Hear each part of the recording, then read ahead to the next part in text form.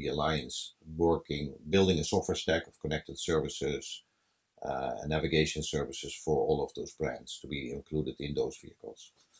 So we have teams in UK, Paris, Japan, China.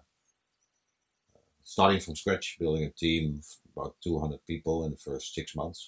Well, you were in charge of hiring 200 people in 6 months.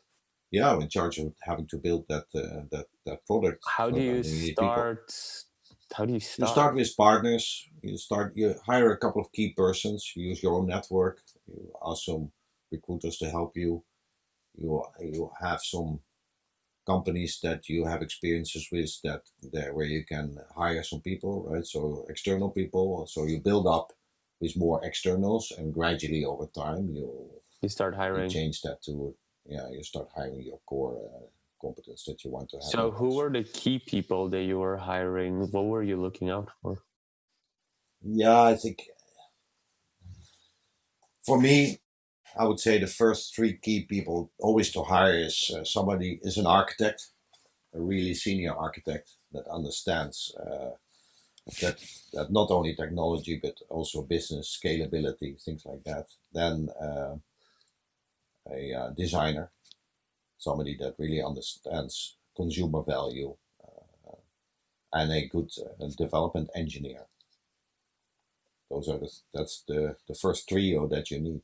And they often bring good people that they work with, right? Yeah. So from there you can continue to build on. And then from there, pretty much within 6 months, how fast does that curve go? Do you start very slow with your first 3 hires? We did some acqui-hires. So acquiring a small company, so that gave us 40 people in one go, right? So small acquisitions of good people.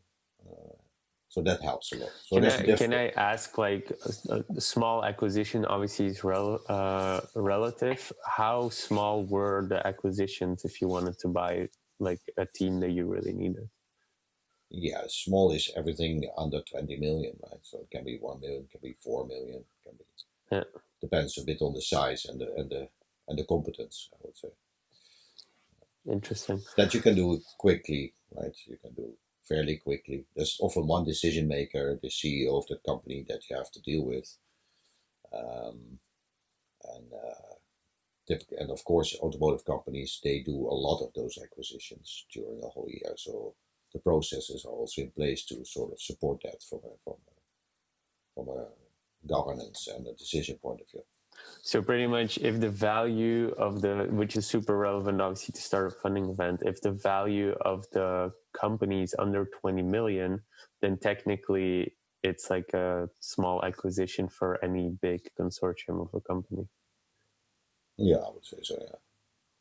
It's good context. Something also, I think first time I heard it phrased that way. It's very interesting. Yeah. Sorry, so continue. So you're acquiring teams of people? Yeah.